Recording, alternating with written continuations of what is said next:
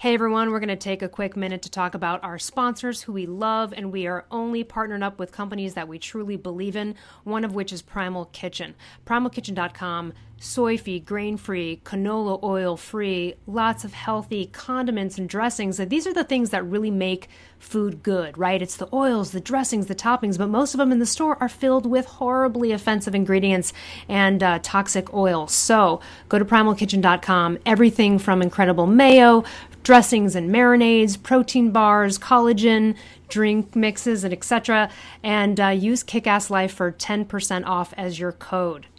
Hey everyone, want to tell you about our sponsor, Rep Provisions. Rep Provisions is a regenerative agriculture company that provides meat that is grass-fed, pasture-raised, and actually raised in a regenerative agriculture approach, which means that they're actually moving the cattle along, just like predators would have in the past, to help them manure and grow the grasslands and then allow that time to grow back again before they move the cattle back, which is really cool, you guys, because this is what's happening to the planet. This is why cattle raising is getting such a bad name, is because they're not raising them the way that Rep is, right? So when they do that, it allows us to actually save the planet. So when you support companies like Rep Provisions that are doing regenerative agriculture, you're actually helping support the future of the planet. It's really important. And so not only is it really cool to do stuff like that, but their meat tastes far superior to any beef I have ever had. And they're giving you guys 10% off if you use coupon code KICKASSLIFE. So head over to repprovisions.com and enter KICKASSLIFE at checkout for 10% off. Hey guys, welcome to episode 22. We're going to talk about getting out of your comfort zone. And I'd like to start off with a quote. I don't know who said it, but I think it's a saying. Life begins at the end of your comfort zone. I actually think you and I are quite good at this because we've been thrown into scenarios that have been forced us out of our comfort zone. Being in the corporate world, having the trajectory of security there, having my arms disabled. You leaving Mormonism, your family, you're like in a car trying to figure out how you're going to pay for anything because you were so broke, had nothing to your name. We've been forced into situations where we were not in our comfort zone, and I think that that's why we understand how important it is to get out of it intentionally so that the universe doesn't always throw you in it, or when it throws you in it, you're kind of ready. Oh, yeah. You know what I mean? Oh, yeah. Yeah, I think, so I look at managing the stress of getting out of your comfort zone, kind of like adapting yourself to working out or running a marathon or doing a cold shower, any of those things. You have to train this into you. We're not just like, wow, I'm just this like natural badass that just like goes freaking crazy. I mean, some of us have that tendency more than others, and there's probably some neurotransmitters responsible for helping us have a little more courage. Maybe some of us have a little less amygdala function, maybe it's turned down a little. We have a little less fear. I don't know. But I do know for sure that all of us have fears. We are all born with them.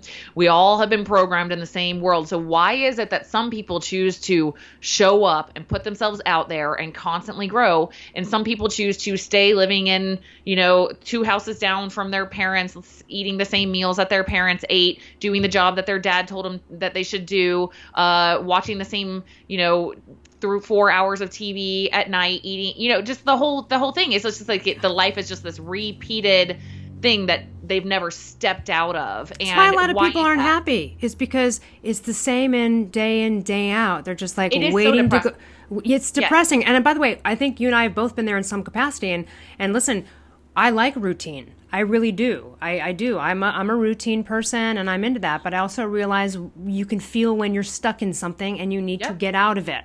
And it happened like a year ago or so. I just even remember, again, something dumb that even Joe Dispenza would suggest, which is take a different route home. Or like I was like, oh, I wonder what's down that street. And here's the funny thing about this.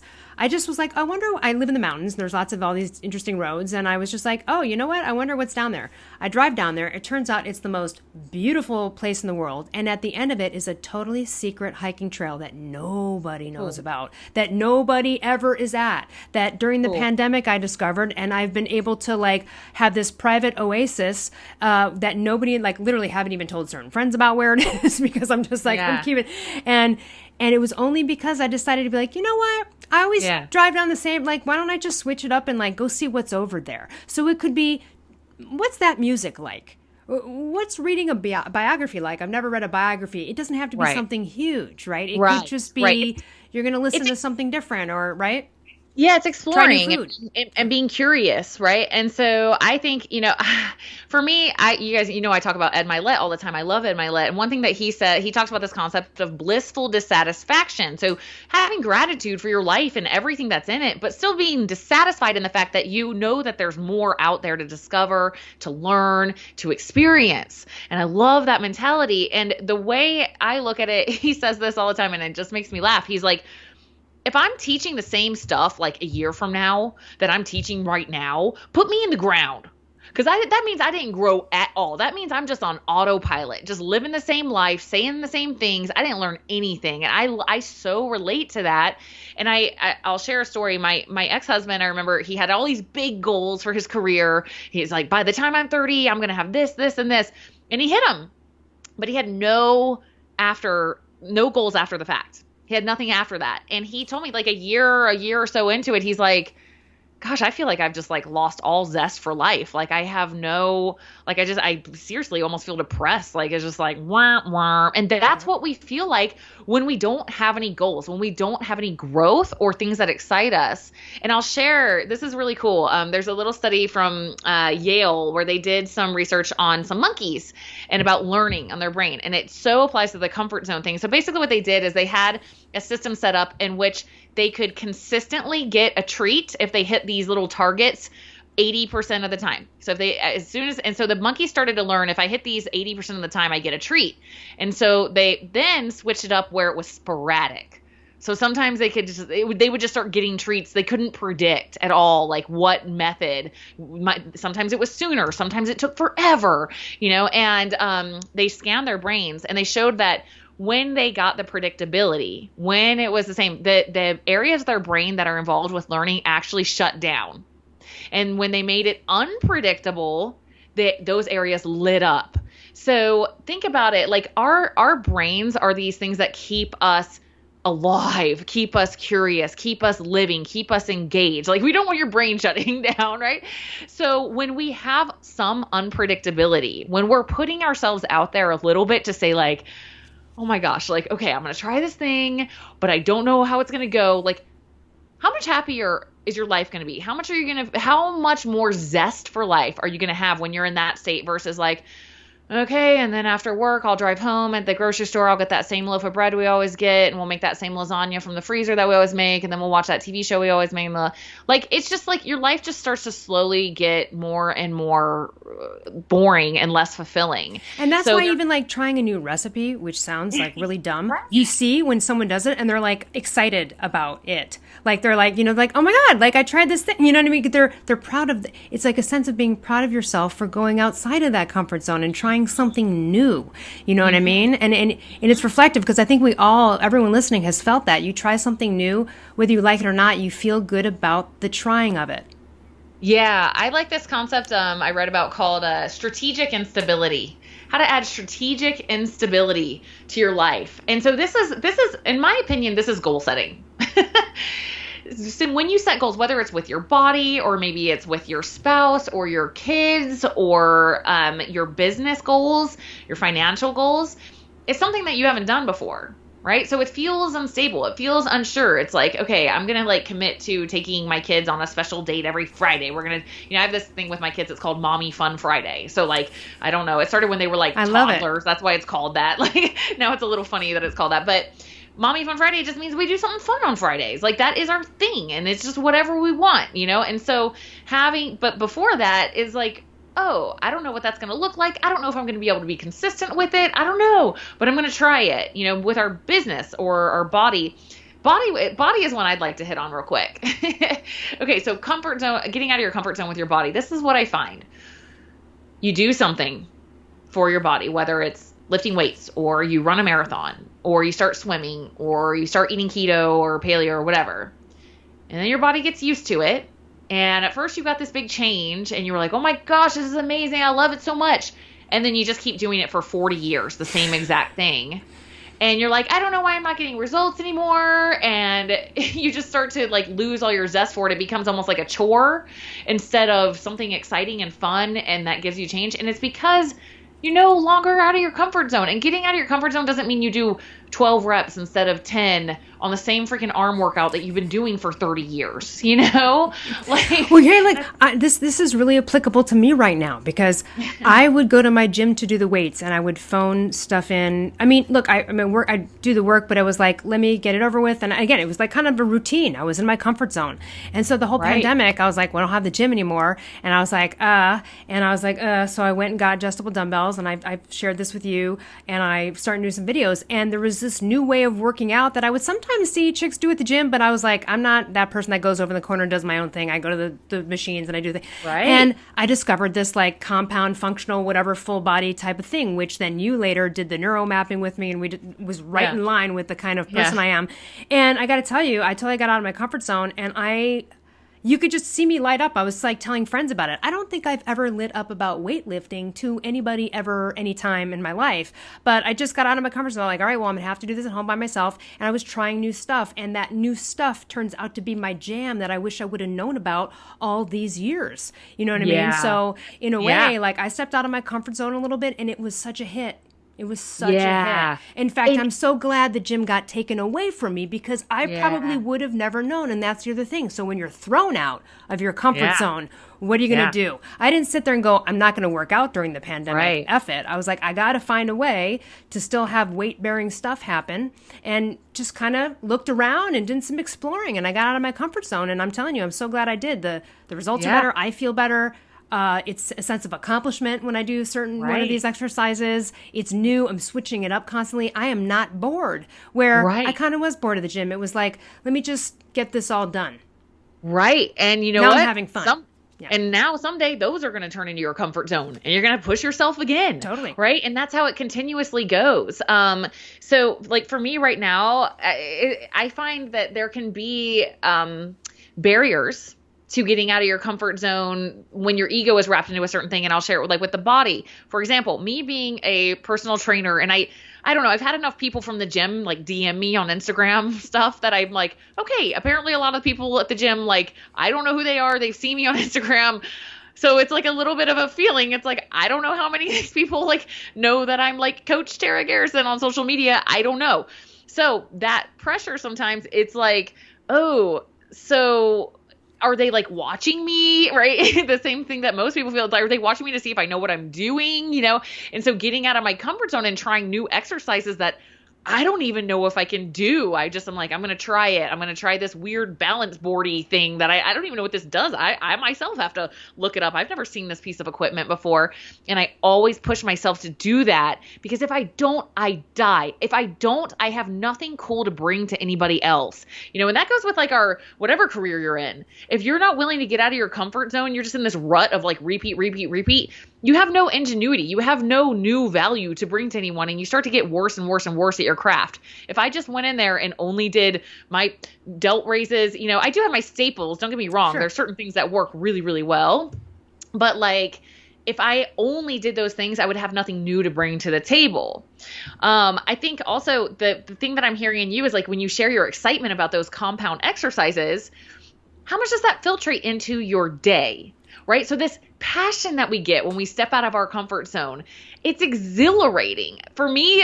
And also that's why even like speaking up for the first time to someone when you don't normally speak up to them, that person, despite all of the, oh God, that was awkward and weird, my adrenaline, my heart's pumping and it was scary. The like excitement, you want to bottle it because it's just so like such a triumph. It's a personal win. It's such a pro you move, right? And these are the things, like I say, you get prizes for because they're courageous. You know, also too, you're creating neural networks, new ones. You know what I mean? Right. These synapses fire. When you learn a new thing, you can see it on a brain scan. The little things go together. And I mean, if you're not watching this, I'm making my two fingers kind of go together and then they connect at the tips. And you can see it on a scan. So again, like you said, we don't want our brains to get old and tired and then we're kind of devoid of new thoughts and creativity. We want to constantly be sparking that. And here's the thing, like if you're not a reader, okay, maybe start reading. But if you don't want to read, hey, we're in the world of wonderful free interviews online, whether it's this one, this podcast or others. There's so many ways. If you maybe are curious about a book or a topic, but you're not a reader, okay, watch an interview with that author. Like, switch it, like, get out of your comfort zone for new ideas and things and experiences. You know what I mean? Yeah, because I am such a believer that how you do anything is how you do everything. So when you start to, intellectually desire to learn and grow, in your body, you will desire to learn and grow. In your career, you'll desire to learn and grow. In your relationships, you'll desire to learn and grow. And like for me, I'll share this example because I think this was such a paradigm shifter for me. And I still use this to this day to push myself out of my comfort zone. And it's box jumps. Okay. So here I was, this box jumps. Where you jump onto a box in the gym, right? Yeah, everybody's seen that. Somebody's jumping onto a box, like a soft box. So when I was, just becoming a personal trainer, here I had been this, like most of my adult life, like this non-athletic mom that never did anything. I mean, I overweight a lot of that time. Jumping, like I was like, I don't think I've jumped onto something since I was like a child, And so I was like, okay, I got to learn all these box jumps. And I remember stepping onto my bottom stair and I was like, okay, I did that one. Okay. Can I jump onto my next stair? Okay. Apparently I can jump. And I remember this is not safe and I do not recommend this at all. Don't do this. But I had these like, those like metal bar stools, the silver ones are kind of popular. Like it was like this bar stool. I jumped onto this bar stool, which is not a stable thing. And that's why I don't recommend it. You could really hurt yourself. But the feeling of accomplishment that I had when I had no idea that I could even jump onto like a stair that's like 6 inches. And I jumped onto this stool that was like up, past my knees. I felt invigorated. I felt on top of the world. And so anytime that I'm going through a stressful time in my life where I'm really pushing myself and I'm really growing, I add another little 6 inches to my box jumps at the gym. And it's to the point where I'm like, there's no freaking way I can land that. There's no freaking way I cannot land that. And I do every time. And I'm like, just keep going until you can't land them anymore. Right. Just to show myself that I can do things that I don't think I can do. And you can do that with anything else, but well, and it comes from everything like, are you always traveling to the same place, to the same hotel, to the same resort? Yeah. I know those people are like, I only go to Sandals resorts in Mexico. They never go anywhere else in the world. Hey, look, we all have our favorite spots. No one should be gaslighted as well. That's another tangent of this. Don't have somebody like, oh, come on, get out of your comfort zone. Hey, if someone's talking to you like that, they're just like, F you. I just don't. Someone's trying to tell me like, hey, you want to go bungee jumping with me? And I say no. And they're like, get out of your comfort zone. I'll be like, F you, dude. I am never bungee jumping. This has nothing to do. That's a comfort zone. I'm not willing to go out of that comfort zone. Not available for bungee jumping. But one time I really did something out of, go ahead. Pause. Are you afraid to jump? You don't want to bungee jump? Well, I just, the whole idea of it, like, I'm like, I don't want to do that or jump out of a plane. I'm just like super not interested in either of those activities. You're into it? I witnessed as a kid, I saw some like stunts gone wrong on TV, and this guy like bungee jumped, and then when the slack went up, it wrapped around his neck, and then he died. Right. Well, yeah, I mean, there's certain things, but someone's saying like, oh, get out of your comfort zone. Like, hey, don't do something that your gut and your vibe is really not telling you to do. So don't let someone use that as a pressure. I just want to, kind of like true. To kind of gaslight you on it. I want to make myself bungee jump. Oh, do you really? But yeah, I mean, that's a big risk, but I did something out of my comfort zone a couple years ago, not entirely, but it was out of what a lot of people's comfort zones were, because when I did it, so many people were like, oh my God, I can't believe you're doing that. So I've loved Hawaii. I have family in Maui, and I had never been to the island of Kauai, they say. And I always wanted to go, and I wasn't dating anyone. There were no friends. A lot of people can't take off for a month like I can, because I design my own schedule, and it's all through, wireless, and I can bring my mic with me, etc. So, I was like, all right, but I really want to go live somewhere for a month. And I didn't know anyone on that island ever. Cool. I had never been there. And I just rented a place and I stayed there for a month. And so awesome. So many people were like, oh my God, I don't know that I could do that. And it was because here's the thing. I'm going to restaurants alone, right? I'm out alone. I'm eating alone. I'm hiking alone. I'm doing everything alone while I'm there. I mean, I did meet an awesome guy there who was a sushi chef and really fun. And we ended up playing some basketball, and he took me on some hikes. And so I ended up meeting a buddy, and it was fun. But for the most part, I was on my own, and I got to say, I really enjoyed that. I enjoyed it. Now, there were parts of that trip where I was like, oh, I wish I was sharing this with, certainly there were moments that were so fun. I was like, oh, I wish I could share it. And I got to tell you, it was one of the best things I've ever done. I would actually do it again, but I think, it'd be fun to do it with someone else, of course. But my purpose was to just kind of go there and get my mind straight and start to write my first book, The Paleothyroid Solution. I didn't write the whole thing there, but I got really inspired. And here's the thing, this is why. Wow, people cool. always feel re-inspired and reinvigorated to change their life when they come back from any vacation. Yeah. Not like a staycation. And that's why people don't staycation all the time at their house. They go somewhere else, because it's not just getting away from work and the phone calls and all the obligations or whatever. It's because putting yourself in a new environment inspires new mental input that generates creativity, that eventually you're on that vacation and you go, I gotta get out of this job, right? Or I really want to, when I get back, I'm going to start knitting again. It doesn't matter what the thing is, but that is that's why it's just like, go to a new beach, go to a new place, try a new park. You know what I mean? I live in California, so there's tons of options for new stuff all the time, or new cuisine. Like, I'm a foodie, but at the end of the day, I tend to eat the same favorites. I'm sure, like you do, we got our go-tos that we love. But you know what? It's like, I was thinking about this topic. I'm like, I don't even remember. Have I ever had Ethiopian food? Do I even know what that is? Like, when's the last, maybe someday, for the hell of it, I should just order that as like just to see, like, because even though I'm like, I don't know if I'll like it, it might suck. But again, the new experience, the trying of the thing is the thing that reworks your brain in such a way that, again, keeps it going, keeps it fresh, and will inspire other things to come. At least that's how I've experienced changing it up. Yeah, man, so many good points there. And it brought to mind a story. I actually, we'll see what happens with my book, but this is the how I'm starting my book out. And I'll share this experience here on the podcast. But there was an experience I had in which I was on a youth camp. This is when I was still Mormon, and I was the leader of the teenage girls who were 12 to 18. And we have what was called youth conference every summer. So for youth conferences, it's the boys and the girls, and we took them to a college in Utah. And there was no air conditioning in the dorms when we got there. And we didn't know that. And it was in the summer, but the way that these were designed, it was like really not that hot. They had a bunch of fans. It was like they were like low to the ground. I don't know. It was like barely hot in my opinion, but it was kind of like, oh wow, surprise, like there's no air conditioning. Okay, cool. And there was one of the other leaders, and she had lived like a very comfortable life. I'll put it that way. Very comfortable life. She grew up in like a mansion in Malibu, and like very wealthy family with the in-ground pool and the huge gigantic, lot and all that stuff. And she was dying. Like she could not stop talking about the fact that there was no air conditioning. And, I grew up in Virginia, and it's very humid there. And there was one summer, and we actually had the biggest heat wave that Richmond has ever seen. And that particular summer in 1995, our air conditioner broke, and my mom couldn't afford to fix it. So we had no air conditioning that entire summer. And it was like 114 degrees on the heat index, and hot. People were dying. It was like a huge thing. Like I remember watching on the news that in Chicago, like 730 people. I was in Chicago that summer. You were in Chicago. Yeah. There was like 739 people. I looked it up, like died within like 5 days or something because of heat stuff. And it was the same way in Virginia. I'm sitting there. I mean, it was truly like one of the most difficult things I've ever been through physically. I remember I was 12, and I would just like wake up in the middle of the night just crying. Like it feels like you've got a fever on steroids. You're just so hot. I would just turn the water on freezing cold and just stand in it, like just to cool off. And then you get out and you never get dry because there's no air conditioning. It's humid. I mean, it was brutal. Yeah. And I was like literally scared I might die.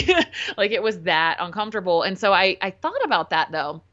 And I thought about that while I was we were all sitting at lunch in this cafeteria, which was air conditioned, by the way. And we're all eating dinner, and she's laughing about it. And I love her to death. She's great. Like, I'm not judging her. It was just such a cool experience for me. But she's like, I am just a 70 degrees kind of girl. And when she said that, I just like really thought about that for a second. And I thought, wow, I don't know if I want to be a 70 degrees kind of girl. That's what I was thinking in my head. I was like, I'm kind of glad. I'm kind of glad that I've been through all these difficult things, because it's helped me be able to, like, I didn't even sweat it. I wasn't even thinking about it. It was like a non-issue for me that it was like, okay, cool. Yeah. Like we'll figure it out. It's fine. Like whatever, and I was grateful that I had been prepared by being out of my comfort zone, so that now in the future, everything else gets easier. And that's what I want to share. Like when you're willing to push yourself out of your comfort zone, everything else gets easier. It's just like, that was one of the big epiphanies I had from getting in shape. at first it was really hard. It was like, oh my gosh, I got to go to the gym again. Like, I feel like I'm some sort of bodybuilder. Like, I'm always in the gym now, and like, it's hard and I don't know what I'm doing. And like, I can't even feel it. I don't think I have triceps. I don't feel it. Like, what are these back? Am I supposed to be feeling something? Like, I don't know what I'm doing, all of that stuff. Like, what else should I do? I'm like Googling like 5 best exercises for a big back, like all this weird stuff. Eventually though, I got it. And I remember having this moment where I like literally realized that I felt stronger in my body. Like, and I feel that now. Like, I literally can feel the strength of my body making everything that I do easier. So running up the stairs is easy. Hiking up a mountain is super breezy for me. Picking up a pencil really quick and back up. Everything easier. Right. Getting up, sitting up off of the ground. It's like, I just fly up because I have put in the work of getting out of my comfort zone to make everything else you'll be comfortable. So that everything else is comfortable. And that's the thing too, right? So you get out of it. Like, public speaking. Oh my God, such a huge thing. Because it started with me with acting many, many years ago. Oh God, so awkward, so uncomfortable. The most uncomfortable thing in the world to perform on stage for the first time in front of an audience. It is so awkward. It's gross. It's you want to go poop your brains out right before. It really affects you, and it's weird. But you have to do it in order to be comfortable at it. Now, I can tell you what, if we were in like in Madison Square Garden right now, and they lost a speaker in an event we're at, and just pointed me out of the crowd and be like, "You get up here," I could literally get up and just comfortably address 50,000 people because I had to practice and get out of it and do it many times in order to get comfortable with it. So that's the thing too, is there's something you want that's going to require you to get out of the comfort zone. You will eventually become comfortable at it. And I think it's important that people hear how awkward it was for you with working out, because see, because that actually resonates most with me, because when you look at your profile on Instagram and you look at your body, you're like, yes, she's an expert. So of course, but you once were not at all. Right. You talked about on What We Crave where you just did like you just did like 2 exercises for like on the first piece of notebook paper. I had arms go out to sides, arms go out to front is how it was written. That's all you had. Yeah, you were Googling stuff. You didn't know what you were doing. And so that's the thing. I mean, you became an expert in it, but you had no idea. And I think it's important for people to hear that, because it's inspiring. Because when people look at your body, they go, "I could never get there." And it's like, no. If you are thinking that way, you were all where Tara was. Yeah, everybody starts somewhere. And I want to relate this too into the environments that we put ourselves in. Oh, yeah. So I was working for a friend who is a fitness celebrity, has a TV show, very well known. And I would go sometimes to these masterminds and events while I was working for him. And I would be around all these people who were super successful. Now, I'm also in the health industry, and these are mostly health industry people, and they all have huge brands and making millions of dollars, and, the whole system's all built out. And I'm sitting there and I'm feeling like crap. I'm just like, nobody likes to feel like bottom of the totem pole. It's just how I felt when I started in the gym. I felt bottom of the totem pole. Like, all these people are awesome, and they've got their cool Nikes and their cool hats, and they're all like, wow, they look like freaking fitness models. And I got like basketball shorts with paint on them and like a free t-shirt, and I'm out of shape. It's just not a great feeling to be what I perceive as socially bottom of the totem pole. And that's how I felt when I started going to these events, was like, I don't understand the language any of them are talking about. They're talking about a bunch of marketing terms that I've never heard before. I'm like Googling some of the stuff they're talking about.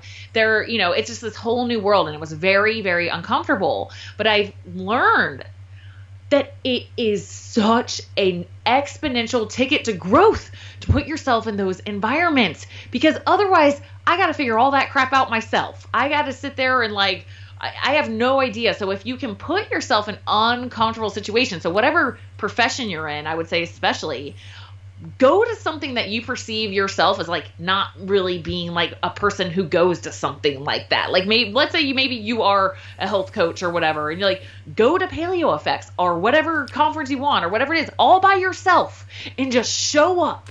And it might be super uncomfortable, and just own it. Just see what happens. So many people have done that, have just had the best experiences with that. Completely. Yeah. And by the way, I talked about this publicly with Brad Kearns.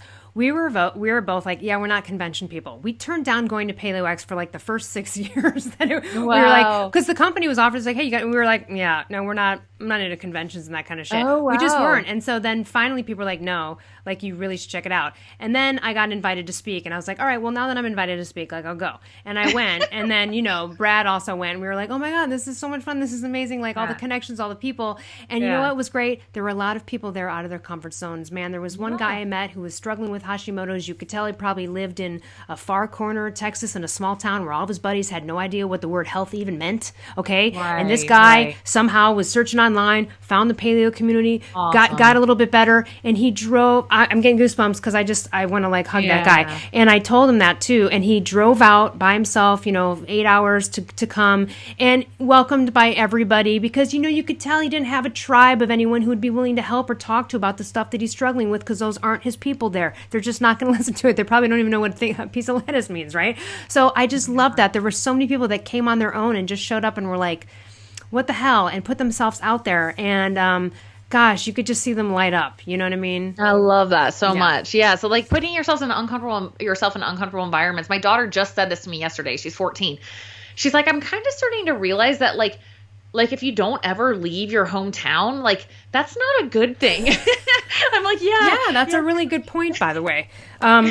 You need to get out there and you don't have to see the world, but you should see the world around you a little bit, right? If anything. And I talked to one person years ago and I'm like, why do you always go to, you love going to the same spot in Mexico? Have you ever traveled anywhere else? And they're like, I just don't want to go anywhere where they don't speak English. And I was like, ooh. I was like, I don't know. I mean, I get that, but I'm also like, you might want to try it because you just said that because it might be really interesting for you to experience the discomfort of not being able to communicate. It's an interesting experience if you've ever been out of the country. And then also I want to talk about this because this kind of goes into the health stuff we talk about, and you could probably speak more intelligently on like hormesis or hermetic responses. But, comfort zones are just like, they're behavioral situations or spaces where activities are a routine pattern because they minimize risk and stress. But sometimes a little added intentional stress is a positive thing, like a cold shower, right? A sprint session. Now, the chronic stress is what leads to our poor health, right? But that's why people do the cold baths. That's what, right? So maybe you can touch on that connection a little bit too, because it's going to benefit you because those things will actually reduce stress in the long run and actually keep you stronger when you place yourselves in these uncomfortable situations. Yeah, totally, Larry. Let's talk about cold showers, for example, and all credit to Wim Hof. I love Wim Hof so much for what he's taught us about the cold. And he's the Iceman. If you guys haven't followed Wim Hof, I mean, you've got to. If you like me, I am like Wim Hof's biggest fan. If he goes live on Instagram, I'm like that chick that's got like 50 comments like, I love you, Wim. You're so amazing, Wim. I got no shame in that. I am like such a super fan. But basically what happened is his wife died. He was very depressed and his intuition told him to go out in the cold. And now he has shown us so much about what the human body is able to do from this. So, by the way, he swam under a sheet of frozen ice 50 yards, like half the length of a football field in one breath under frozen ice water. Like I was under the impression if you fell into it for a second, you would die, He's like in one breath going half the length of a football field. So really cool on showing the adaptations of what happens when we put our body in the cold. And one of the things that happens is you increase brown adipose tissue, which is mitochondrial dense. It's brown because it has so much mitochondria in it, which is the powerhouse of our cells, right? And so it's metabolically active. It actually increases metabolism. So, and you get most brown fat adipose tissue like just kind of under your neck, on your chest. And so when you expose yourself to that cold, you'll increase that. Not only that, you also gain more control over your nervous system. So we have our autonomic nervous system, our stress response. And so when I was going through one of the most stressful periods of my life, maybe the most stressful period of my life, like where my own safety of like, I might be homeless next month. I don't know how I'm going to make ends meet, like that kind of very unsure stress chronically, just like I'll do anything to just survive. I started doing cold showers during that time, and it just brought me so much composure because at first, and especially in Utah, if you live in a cold place, when it's winter time, when the ground is frozen, I mean, it is intense. Right now in Utah, it's summer and it's not that intense. It's kind of like, oh, that's kind of cold. No, in the winter, it's like almost unbearable, And at first I was like, whoa, oh my gosh, freaking out. And by the end of it, it was just like, oh yeah, baby, putting my head, my scalp, under my armpits, everywhere I could that like I didn't want to get it, right all in my chest, and just how long can I stay in here? And I wouldn't allow myself to stop until I didn't want to stop anymore. right? So once that shock factor was gone and I'm like, dude, I could just stay here all day. That's when I stopped. I started with 15 seconds, then went to 30, then went to 45, then went to a minute. And that's about where I would end at a minute of like, I'm good. Speaking of like sprints, high intensity exercise, I love to talk about this. When you push yourself to high intensities for short bursts, you increase your expression of growth hormone. Human growth hormone and your IGF-1. This is what's going to give you everything you want. People talk about, oh, can I take a fat burner? I'm like, no, you just need to make your own growth hormone. By the way, you can also increase this through fasting, but high intensity exercise is the sure ticket to what I call the magic pill. So I always incorporate at least one time a week, a high intensity interval training circuit. Now, what that means is I always tell people, I'm like, I didn't say medium intensity interval training. I said high intensity interval training. And if you can't push yourself to those high intensities where you're like kind of scared to do your next 30 seconds or whatever the increment is for you, that one sprint, you're not pushing yourself hard enough. When you push yourself hard enough like that, your body says, oh, I need to grow in order to keep up with this demand that's being put on me. Okay, right? Let's just repeat that. Because it goes with every part of the body. I need to... Right. To grow in order to keep up with this demand that's been put on me. And yeah, this is everything that we're talking about in our relationships, in our environment, in our businesses, all of it. It's when you put yourself in an unstable environment or a new situation you haven't been in, you're going to have to grow to meet the expectation that you're putting on yourself. And that's really cool. It's super that's really cool. And that could even mean like you're kind of shy and you feel uncomfortable being alone in public. Maybe you need to go to the restaurant on a Friday night and eat alone at the bar or eat alone. I want to talk about that. I want to talk about getting out of your comfort zone in your communication. Yeah, because I think for so many people, it's like, here's the first tick. The first clue that you need some growth. And this is coming from somebody who is like, I had Tony Robbins quote on my kitchen cabinet for like almost a year. And it said, the quality of your life is the quality of your communication. That's Tony Robbins.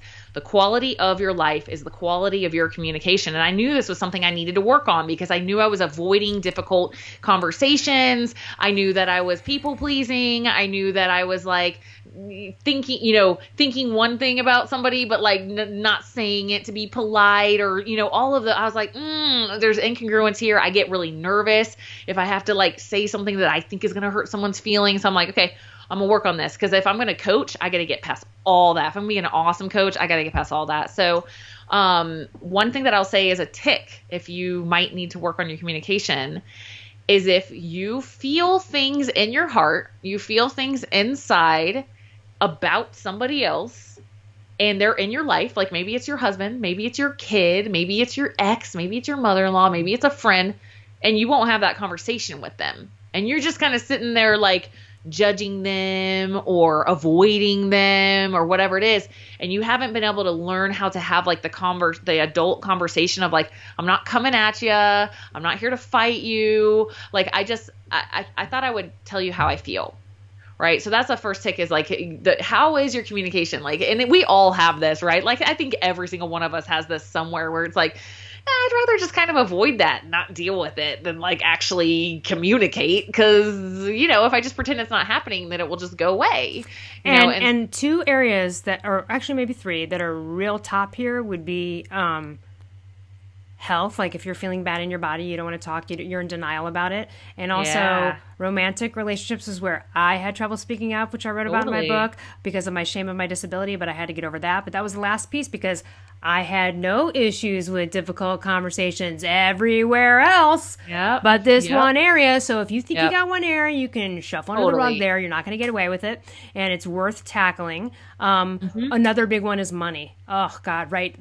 Money conversations or something having to do with that. Yeah. Again, notice where, like you said, you were like, where am I resistant? Where are there places where I don't want to speak up or talk about the thing, but then it's still bothering you in your mind. Right. I mean, again, those are, you get out of your comfort zone. You got to just do it. You're not going to be perfect at it first. You're probably going to have that adrenaline rush and you're going to overanalyze it, but just keep doing it. You'll get better and better and better. And like Elle said, you'll get to that point where there's no resistance. Like Elle and I talk about money things and we're like, hey, we got to pay for this for the podcast or this or that or the other. And it's just like, okay, Like, but if we had issues there, it might be like, do you want to pay for that? Or, I mean, like, and it's such an unnecessary waste of time, and so it's really worth it for us. Like we were talking about, once you do the work and you get past this thing, everything gets easier. You actually get more comfortable by getting out of your comfort zone. Like, someday you're going to be able to talk about that thing. Like, Elle can get on a stage in front of 50,000 people and be like, yay, I love doing this. I'm good at this. But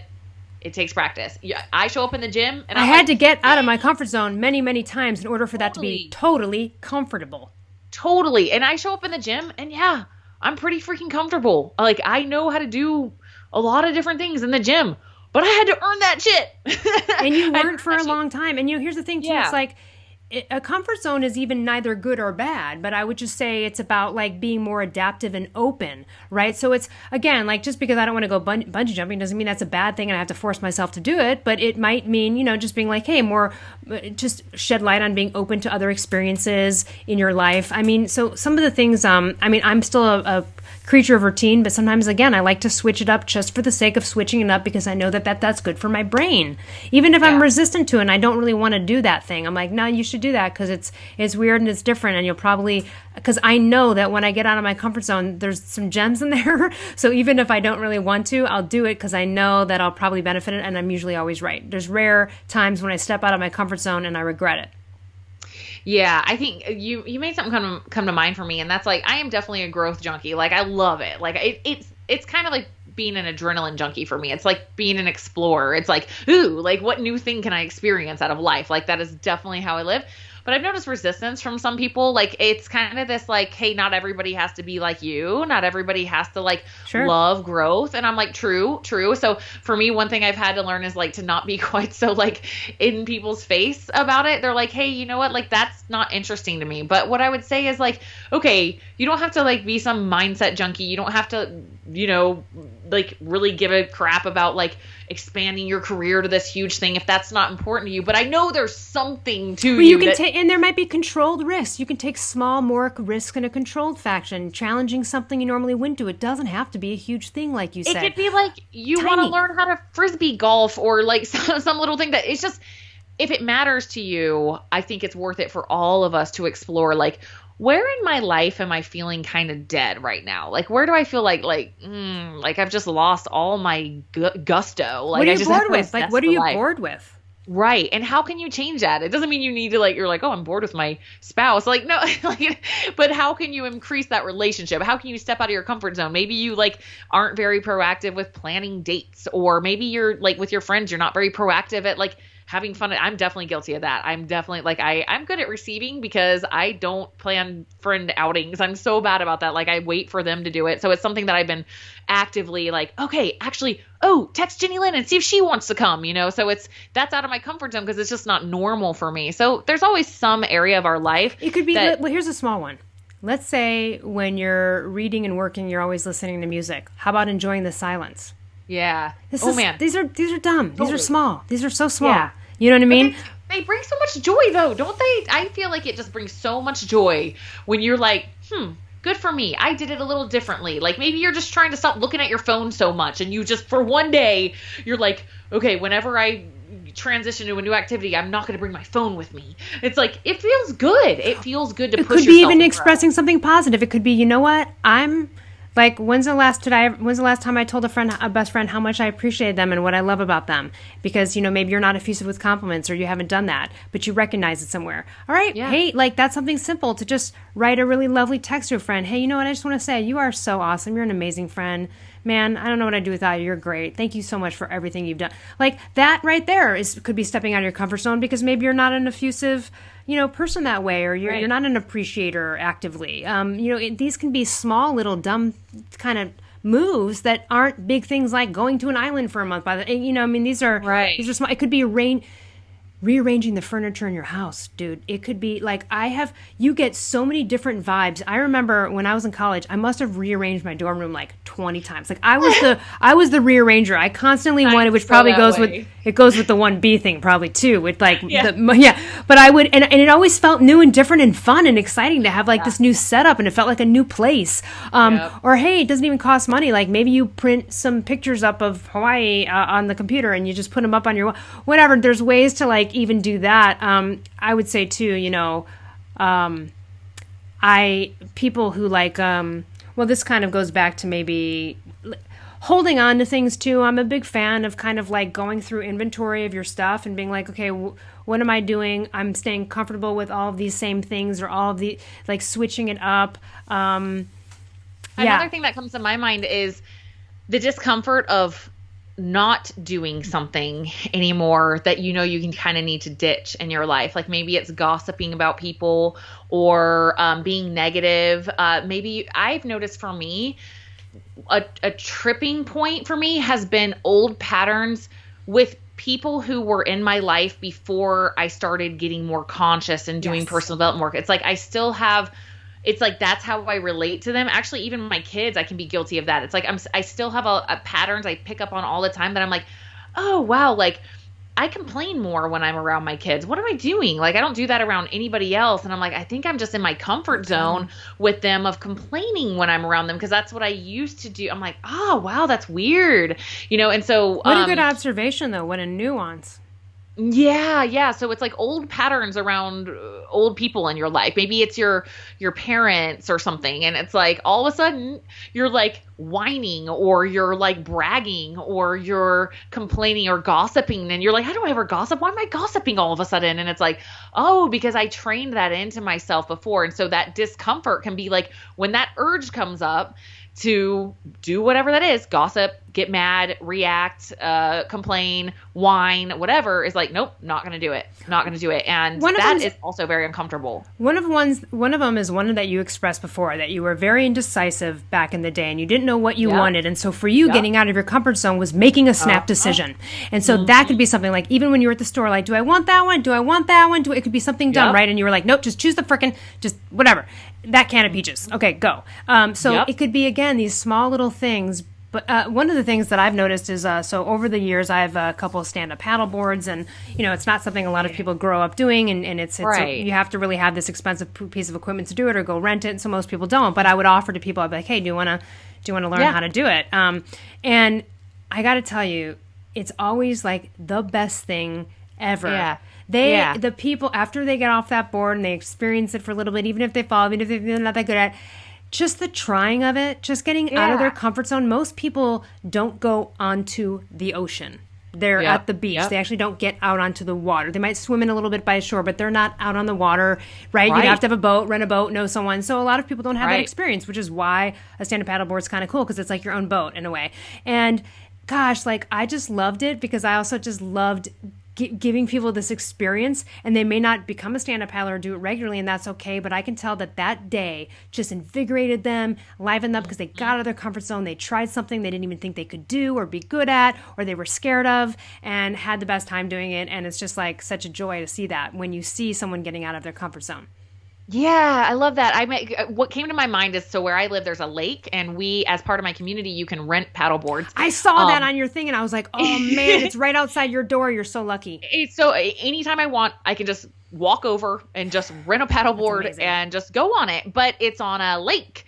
And when you said that about being on the ocean, I instantly felt butterflies in my stomach. I was like, ooh, the ocean's like a whole nother level. That would be uncomfortable for me. But I went into this like vision of me like being in the salt water, and who cares if I fall in and get back on, and it's going to be so fun. And like, I met a guy recently that has a lot of zest for life. He's living life large. And I was like, dude, I just love your way. And he's like, and when he's eating dessert, he gets the appetizer, he gets the dessert, he gets the bottle of wine, and he's like, this is how I live. He's like, I get the dessert, I go on the trip, I talk to the person, it's like I just continuously push. And he's very, very accomplished, and he's like, he's like, it's so much more fun to live life when you do the thing than just sit there on the sidelines and not do it. Like, I would rather enjoy this dinner and be like, yeah, I tried that cake, than like, I guess I just missed that experience, and I just loved that zest and that approach to life. Because how boring is it?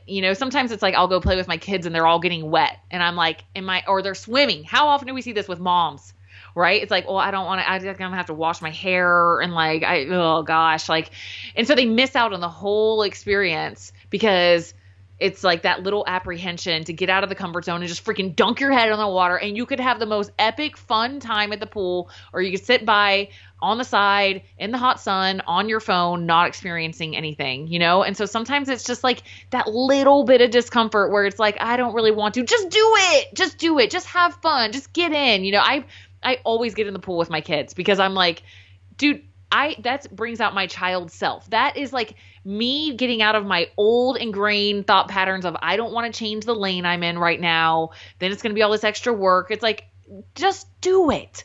Just have fun. Like everything will figure itself out, but you're going to miss the experience if you have all these reasons and lists why you can't do XXX thing.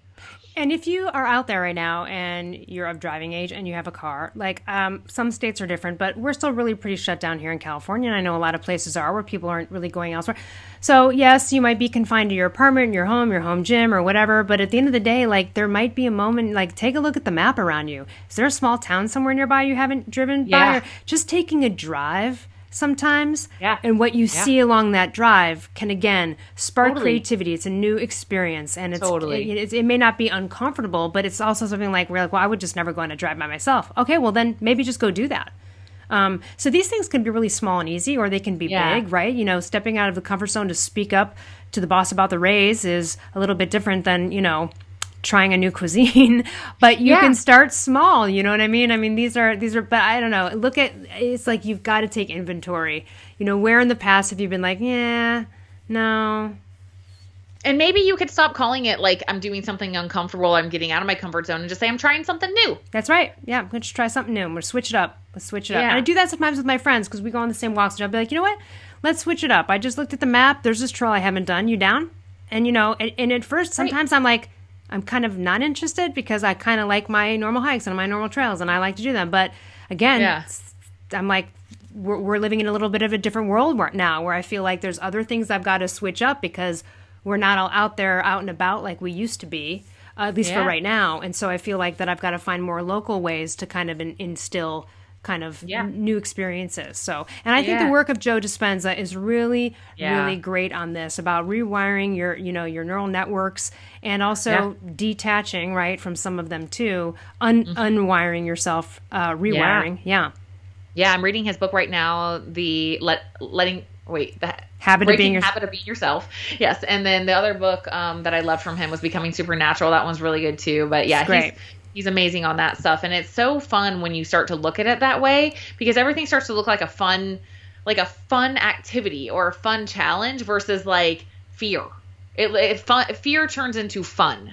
It's like, okay, yeah, I'm a little nervous, but like, I got this. And it's like, you know, maybe it's for you. It's like, you're afraid of heights. Go to a freaking ropes course. Do it.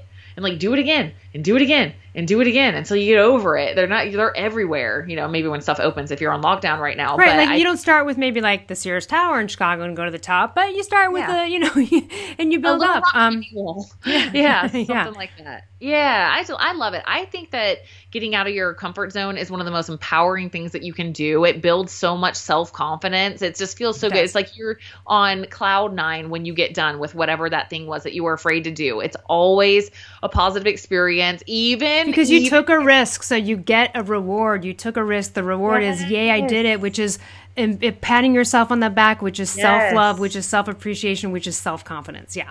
Yes. I think that's all I have to say on that one. Do you have anything else to add in closing? No, other than just for the people listening, this is also a video podcast. So you can go to youtube.com/kickasslifepodcast for video episodes. And of course, kickasslifepodcast.com for all of the various listening platforms.